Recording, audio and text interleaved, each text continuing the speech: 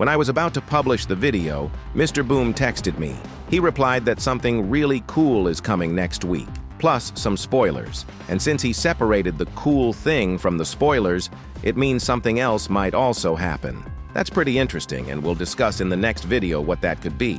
But for now, let's move on to today's video. Hi guys, Iron Cameraman here. In episode 78, there's one moment I didn't give much importance to, but then I noticed a detail and just couldn't stop. When the camera zooms out and we see several TV screens showing transmissions from other cameramen, on the right side of the central broadcast you can see that Hunter is killing someone. But the thing is, the main POV was also killed by Hunter. What's also interesting is that later in the same episode, Hunter appears again, and as you remember, he loses his right arm. But then, in episode 79, at the very end, Hunter once more shows up completely fine, with both of his arms intact. In season 25, G-Man talks about his children in the plural, and the paw emblem on Hunter's helmet, the same as Juggernaut's, is indirect proof that he obeys Juggernaut. At first, all these details look to me like almost ironclad evidence that there are multiple Hunters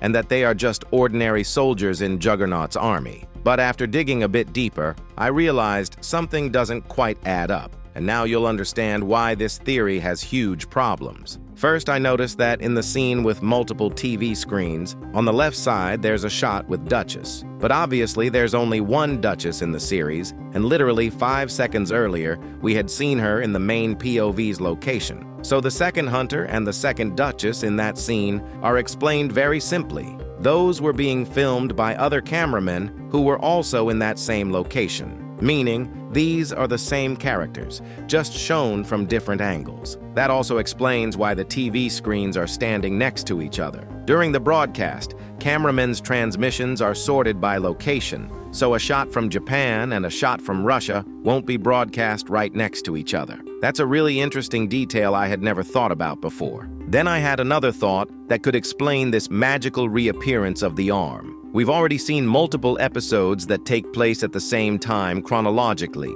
and if the ending of episode 79 part 2 happened before the moment when Hunter loses his arm, then his appearance with both arms is explained perfectly. He simply hadn't lost it yet.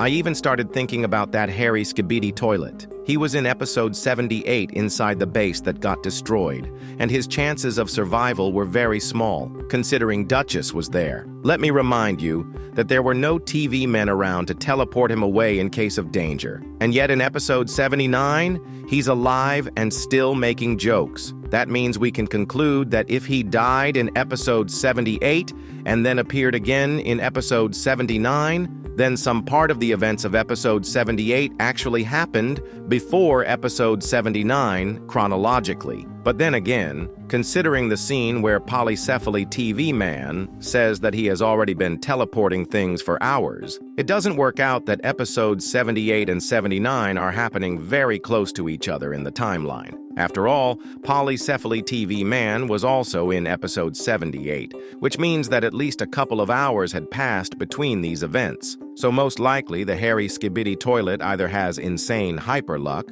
or he dug himself a hole like a mole and managed to save himself. I don't really know how exactly he got out. That was left off screen. But considering the detail with Polycephaly TV Man, it's clear that he definitely survived being so close to the Astro Mommy.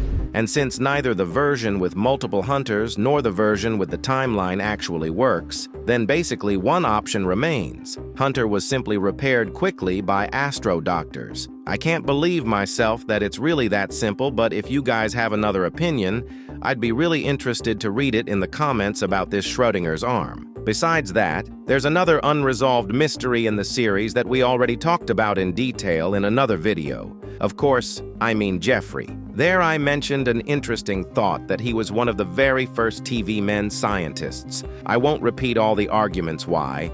If you're curious, go watch that video. For today's episode, this idea itself is enough, so I thought about it a little longer, and I came up with a genius concept and explanation for Jeffrey's abilities. As you know, the abyss serves as a sort of neutral space through which you can travel from one location to another. If we put it simply, it's a kind of bridge. Considering Jeffrey's abilities, which allow him to show the past and some sort of future of characters, we can conclude that potentially the Abyss might also work with time. In that case, it wouldn't just be a bridge between worlds or locations, but a bridge between times themselves. And that's basically a time machine, which sounds insane. But don't throw tomatoes at me or hit me with an acid TV man. I'll explain now. Another detail that proves that the Abyss somehow distorts time is the fact that all TV men in normal life speak backwards. But inside the Abyss, they talk normally. But then the question comes up.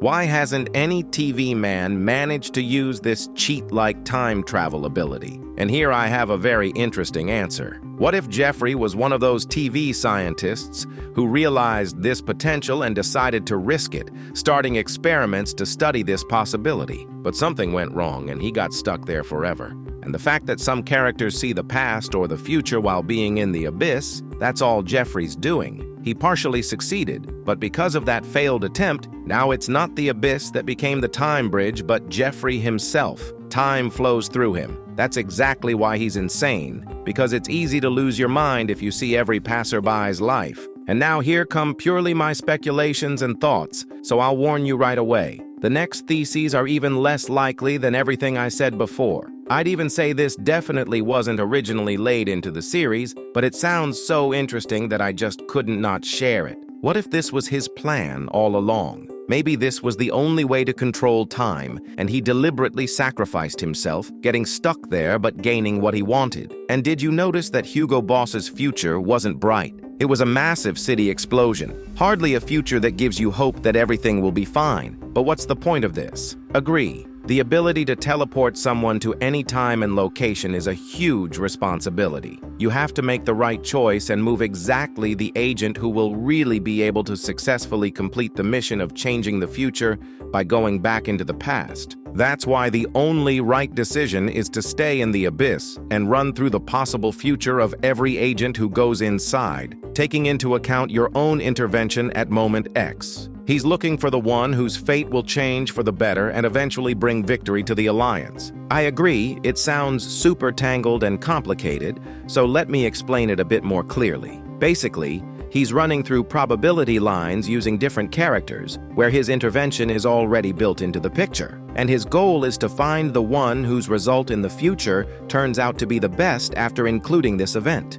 And once he finds the perfect candidate, he'll teleport that character in time and space to the very point where events can radically change. And who knows who that character could be, and what event, in what place, will require teleporting these characters. But you do understand that playing with time in terms of the storyline is very dangerous, right? It's a one-way ticket. Anytime stuff needs to be worked out very carefully so that there aren't massive plot holes. And also, you definitely need to limit the use of time mechanics. For example, you can only teleport once and only for some special reasons. Otherwise, it will turn into something like Dom Studio, where you don't even understand what's happening, where it's happening, and when it's happening. That's a vivid example of how time ruins logic and kills faith in what's going on. And I won't even mention uncontrollable multiverse chaos. Because of all that, they end up plugging plot holes with Discord answers, which then break things even more and force them to come up with new excuses. Considering Boom's dislike for the Dom Studio storyline, it's obvious that he won't go this way and will make everything much more logical if he decides to add a time arc in the next storyline. So, what do you think of this crazy theory? Would you like to see such a tangled plot twist, or is it already too much? I'd love to know your opinion. See you next time.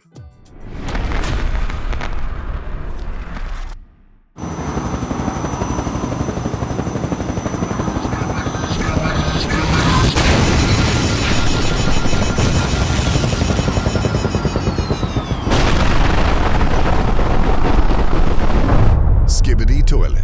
In stores now.